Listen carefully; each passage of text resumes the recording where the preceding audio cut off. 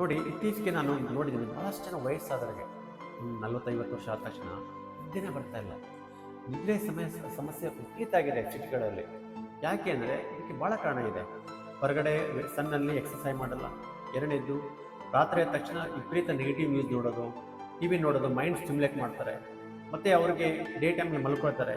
ಮತ್ತು ಇನ್ನೂ ಮೇನ್ ಕಾರಣ ಏನಂದರೆ ಈ ನರಗಳ ಮೇಲೆ ಎಲ್ಲ ಪ್ರೆಷರ್ ಬೀಳುತ್ತೆ. ವಯಸ್ಸಾಗ್ತಾ ಆಗ್ತಾ ಡಿಸ್ಕ್ ಡಿಜನರೇಷನ್ ಆಗಿ ಈ ಸ್ಪೈನಲ್ ನ್ಯಾರೋ ಆಗಿಬಿಟ್ಟು ಅದ್ಮೇಲೆ ಪ್ರೆಷರ್ ಬೀಳುತ್ತೆ. ನಿಮ್ಮ ಬಾಡಿ ನಿಮ್ಮನ್ನು ಮಲಗಕ್ಕೆ ಬಿಡಲ್ಲ.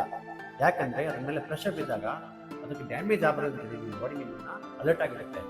ಅದರಿಂದ ನೀವು ಥೆರಪಟಿಕ್ ಆಸ್ಟಿಯೋಪತಿ ಮಾಡಿ, ಡಿಕಂಪ್ರೆಸ್ ಮಾಡಿ, ನರ್ವ್ ಮೇಲೆ ಪ್ರೆಷರ್ ತೆಗೆದ ತಕ್ಷಣ ಒಳ್ಳೆಯ ಮಗುವಿಂದ ನಿದ್ದೆ ಮಾಡ್ಬೋದು. ನಾನು ಡಾಕ್ಟರ್ ದಿನೇಶ್ ಅಂತ, ಅಮೇರಿಕನ್ ಮತ್ತು Europe trained certified therapeutic and osteopath, ಅಂದರೆ non surgical, non drug, spine and joint doctor.